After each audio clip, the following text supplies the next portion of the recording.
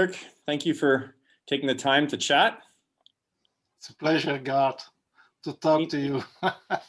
We were just saying, we can't believe it's almost 8 years that we've known each other. Yes, always 8 years that you were here in Belgium. You came over together with one of your colleagues over there in order to get some inspiration.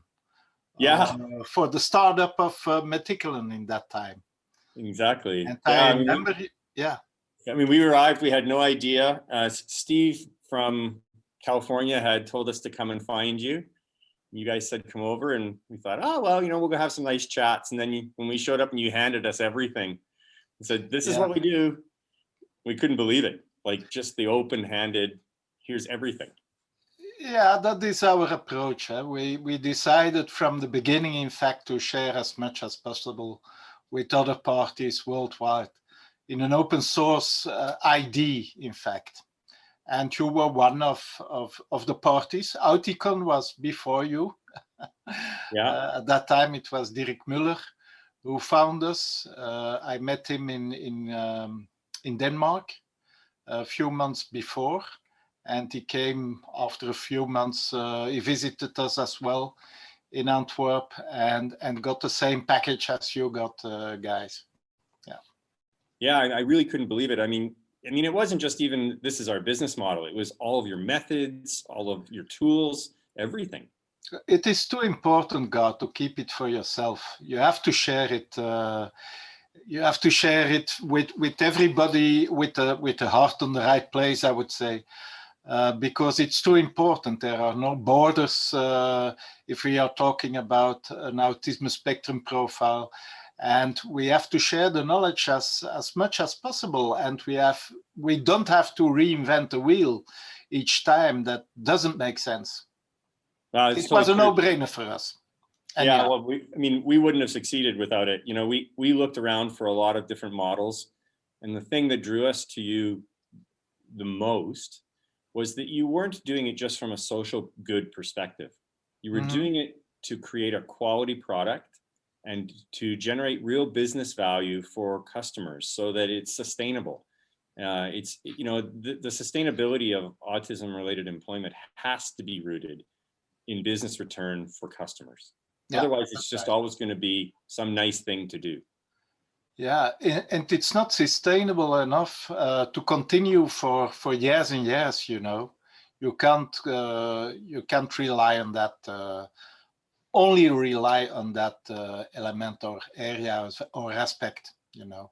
Yeah, that's totally true. And and the side benefit of everything you gave us was that we learned how to use Google Translate very well to translate Flemish. Yeah, that's real. It was only in Dutch available at that time. Yeah. Okay. I mean, when we started this in Canada in 2013, nobody was doing this. And, we had lots of people from the autism community come to us and say, you will never succeed at this. You will never succeed in creating a business for people on the spectrum. And we have the same reactions, Yeah. And it's just sort of like, you have to have this bullish attitude like, oh, okay, well, we'll see. But we also can't raise hopes of people on the spectrum falsely. So, it's better to go slow in the beginning and build something and look for where there's fit. Because, now 8 years on into this thing for us, and what is it, 12 for you? 13 years already. 13. Yeah. We started in 2008. Oh, okay. Yeah. So, now for us, we realize that it's really all about fit. Right person in the right job to produce the right result. And it takes that effort and that focus to find the unique gifts of the people we have who have autism so that they fit into and can be productive, like their work, and the customer gets a real value proposition out of it. But it wasn't a simple process to figure out. No, that's right. But if you now think about it, and you're in the middle of innovate, in fact, now you discover that there are so many opportunities for this group of people, and it's a pity that we don't make use, in the good sense of the word, that we don't make use of their talents, and we don't don't integrate, include them in full inclusion, that we don't realize a full inclusion, in fact, in our society, because of course we have the challenge of employment of people with an autism spectrum profile in different areas. But on the other hand, there are so many challenges in society to integrate these people. Think about hobbies, clubs, sport clubs, architecture, what every aspect in society. We have still such a way to go in order to include this group of people. So now you see a lot of opportunities. Once you've started up a business like we did, now you discover that the sky is the limit with this group of people, and that we have to diversify, because we only oriented our activities to ICT activities. But we are aware that these people, each individual have his interests, domain of interests, and his talents and capabilities, capacities. And so we have to create the right environment for them in our society and the right space in order to create value, added value for them and for society as well. It's totally true. People ask me all the time, what are some of the top things you've learned? Well, the number one thing I've learned is that most of the HR process that we use for talent acquisition is completely broken. And it's broken not just for people on the spectrum, but it's broken for neurotypicals as well. Because really finding the right opportunity for somebody should not come down to how much of an impression I can make on you in 20 minutes, or can I answer your soft questions, according to your checkbox. It should be, do I have the talent? Do I have the interest? And do you have the need? And, if we can get there, we end up with such an amazing outcome. So the other thing I've learned really is that for people on the spectrum, they don't need help. They need an opportunity. And it's just about creating that pathway for them, because ultimately the reason our business has succeeded is because our people are exceptionally good at what they do. And before that, many of them were working in retail, or they never had a job. The sad statistic in Canada is 85% of trained and educated people on the spectrum who want a job don't have a job in what they trained to do. How can that be when our government says the biggest threat we have to the Canadian ICT sector is lack of talent? Well, so we actually have an advantage that, people often, talk to me about autism being a disability. And it's like, no, it's a different ability, because we have a business advantage. So when you guys began, you also started with QA, but, over the last 13 years, you've significantly broadened. What are you doing now that you didn't expect to do 13 years ago? We started up a few years ago with development, software development as well. Now, recently, we started up the activities in business intelligence as well. And 2 years ago, I think, we started up a cooperation, a partnership, in fact, with G4S. It's a security company, an international security company, with X-ray screening at the airport here in Brussels Airport. Our clients and our customers often will tell us, after working with us for an extended period of time and coming to understand our support model and this fit process that we work on, and focusing on talent, like you've said, the knock-on effect is that it changes how they look at all of their team. And it brings a system change that makes everybody happier. Yeah. And it's really an interesting outcome of having to be this focused. That's the same. We do the same observation, and we receive the same feedback from our customers as well. One of the misconceptions that often new customers of ours have is that because our people are very analytical and very driven by math and patternation and systems thinking, that they're not creative. And it's completely incorrect. Yeah. And we had a situation where we onboarded into a new client, two of our colleagues. They were actually doing QA on an ETL project, and they were waiting for their computers to be delivered. It was a financial institution, and they're very security conscious, and sometimes it takes weeks from the time our person starts until they have their own computer, and they're using other people's technology. And they came to their supervisor and they said, okay, we need you to print off the code because we need to see all the code at once. And he said, why would you do that? We go through code QA line by line and we check it line by line. And they said, but if we can see it all at once, we'll find the problem. Mm-hmm. So the supervisor, he came to me and he said, admittedly, I did it, but very skeptical. And I printed out 5 legal sheets, not A3 size, but bigger than A4 size paper. And we laid them all out. And he said, they both just looked at it and went right there. And they just pointed to the code string that was wrong. And he said, why, how can you do that? And they said, because you can see it. And so he said, I came into their office when they did get their own tech. And he said, they weren't printing out anymore, but they had turned their monitors the other way. So they could actually see more code on the screen at once. And he said, by the end of the week, every person on our team had altered their monitor on their desk. Mm-hmm. And our output has gone up considerably, our ability to code. So, this belief that, and these were 2 guys who'd never had a job in this ever. Like we had trained them and deployed them. But we had the same experience as you had.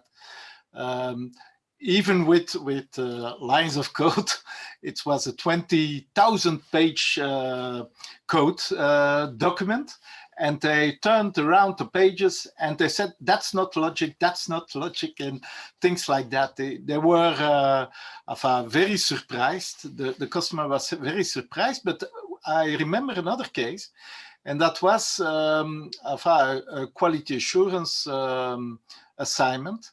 And they made an estimation of the the time frame needed for to execute this quality assurance assignment, and they said, okay, it will take 20 working days, and it arrived. The work arrived in our test factory, in fact, and the consultant automated everything. The same day it was finished. The work was finished in one day. Good quality in one day. So did you bill for 20? No. Well, that's the advantage. And that is that advantage is for our customer. Correct. But the customer, of course, was very surprised about the speed of this. But very often we are so surprised, or the customer is so surprised about the speed and the quality of work and the creativity of these guys. In approaching that or in solving problems or assuming an assignment. Yeah, totally correct. That's right. So 2008 you started, 2013 we started. There was a few people around the world doing what we were doing. We were taught. And AutiCon was going. I mean, and then over the years it's growing and growing. There's the NeuroWorks organization. I think there's over 25 organizations that are connected now. Yeah, connected in NeuroWorks, but there are more than 50 organizations active worldwide. So easily. Here we are, 2021. Where do you think we'll be in 2030? If we look back, Garth, one of the observations is that a lot has changed. First of all, here in Europe, we have more and more social investors as well. So the climate to start up a company like ours became more easy. That is the environment is different, and the sensitivity of organizations, of companies is higher as well. So I remember when we started up 13 years ago, corporate social responsibilities appeared in in the yearly reporting, but in the annual report. But it was on page 95 of the 96 counting annual report pages. And so now it becomes a real part of doing business.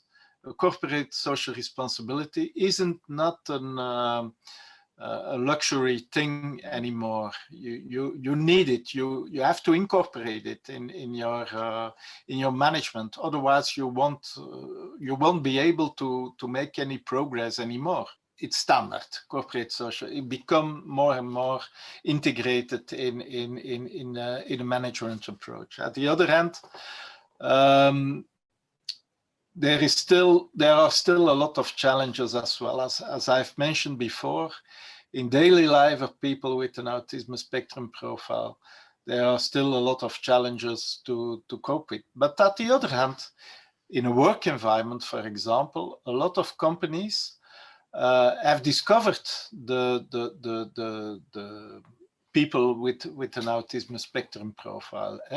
SAP, the big German company, software company, discovered in the early days, in 2010 or something like that, the abilities and the talents of people with an autism spectrum profile. And a lot of multinational companies followed since then. So I think we are evolving in the right direction. Anyhow, in respect to employment of people with an autism spectrum profile. But at the other hand, I hope once that everybody with an autism spectrum profile would have the opportunity to do what they want to do. And of course, organizations like AutiTalks, like Passwerk, and other organizations in the worldwide, they have to make some profit, and they need a specific business model in order to survive and to grow and to develop and so on. But I can imagine, and then you have to take into account the number of people that are able to execute a certain job at a certain price and so on. But if someone have an interest in to be a photographer, for example, but he needs some support in order to be able to execute this job in an appropriate way. We as society have the responsibility to create the right environment in order to make it happen. That is a little bit, I hope, the way forward for people with an autism spectrum profile, because, okay, we are focusing on high functioning people with an autism spectrum profile, but I think if we look at the prevalence so far, when we started, they were talking about 5 in 10,000 births. And now they are talking 53 in 100, more or less 1.5% of the population. But they start to think that women are equally represented in the group of people with an autism spectrum profile. So we will end up in an overall percentage of 3% of the population. So it's a huge group of people. We can't neglect these people anymore, and we have to adapt our society as well. As you mentioned before, adaptation of things, procedures, society will be also in the advantage of neurotypical people, of people without autism. So I think we have to we have to adapt our society towards, in respect to the needs of people with autism, and we will all benefit of this of these measures. I think you're right. I think it's interesting, the feedback that we get from customers. So when we began to do good. I mean, we began to try to create an opportunity for people with autism to be integrated, but it was an unproven concept, and nobody believed about the business value when we began. Now there's a lot of press out there about the business value of people on the spectrum, and there's lots of press about, you know, extremely successful people on the spectrum. But the reality is that I think the business community can tap into that for a business return perspective. But I think also inclusion has become so important to the young workforce. Repeatedly, customers come to us and say, you know, we're having trouble with talent acquisition in general because the young graduates out of university that we're trying to recruit are counter interviewing us about how diverse is your workforce? How environmentally sensitive are you? What are your social causes? Because they don't want to work somewhere just to make money anymore, because we're coming to a point in society where everyone understands that inclusion and diversity is intrinsically something that we should be focused on to create a society that is good for all of us. Yeah. And I'm really hopeful that, you know, 10 years from now, businesses like ours are continuing to thrive because we have a business advantage, but they are thriving in an environment of competition for talent that we don't have currently. And you know, right now we have no lack of people on the spectrum who want to come and work for us. I'm really hoping that in 8 or 9 years, we're all competing for that talent, because they deserve it. And you know, my son, who is not a high functioning person on the autism spectrum, but is exceptionally good at certain jobs. You know, he before COVID was working a few days a week in a grocery store, loving his job. I mean, his room looks like a tornado hit it, but he loves to organize things outside of there. And you know, he had a perfect job. You know, he and wanted to stay there doing the stock work and the things, but and the impact to him psychologically of being isolated at home during COVID was just as you know, people often say people in the spectrum don't want to socialize. Totally incorrect. You know, he is desperate to go back to his job because he drives value from it, same as you and I do. So you're right. Society does need to take a look at that, because I actually think if people with autism continue to excel, they'll end up in leadership, they'll end up managing companies, they'll end up directing things, and they will force things on us because they need to, right? And they will drive it. And I'm really hopeful that that's what happens. But yeah, there is still a huge stigma on correct. On autism, but I know people in management positions who are CEO of companies with autism, pilots, and I always say I would like to hear from the captain speaking that he is someone on the spectrum, because I will feel myself very safe. Yes. And I will have a very safe flight, because I will be sure that he will respect the procedures in emergency cases. So let's be clear about that. But we don't talk about it. It's under the radar, I would say. And that's a little bit pity, because there is still a real huge stigma on autism. Yeah. And that is a pity. Yeah. We often say, you know, the management team of, you know, in our management team, we have people on the spectrum. We're all neurodiverse, but we have people who are diagnosed on the spectrum on our management team as well. And we often say about our frontline people that they're exceedingly brave, because they are willing to say to people, I'm working for a company that deploys people with autism. Therefore, I'm willing to tell people I have autism. And that is very brave right now, because there is a lot of misconception. There is a lot of stigma. And, you know, it's not necessarily, it shouldn't be required of them, right? That they have to do that, but they do. And they're willing to step up and say, hey, I have autism and I'm working for a company that deploys people with autism. That's very brave. Very brave. And I think, and I hope anyhow, that in the future, more and more people will come out for their autism, in fact. But integration, before the phase of integration, you have always a little bit the phase of stigma and so on. It's typical if you look back in history in respect to integration. Yeah. There are different phases, and we still have to pass some phases in order to get to real inclusion and integration. Yeah. For people with autism. Yeah. Indeed. That's right. This has been very encouraging. It's nice just to sit and chat about, to remind ourselves a little bit about why we're doing what we're doing, right? Because when you get down in the weeds of the everyday operation of the business. Listen, we believe in qualities of people, and we respect every individual, every talent present in society, and we want to give an opportunity, a chance to everybody in order to be part of our society, to be part of our economy.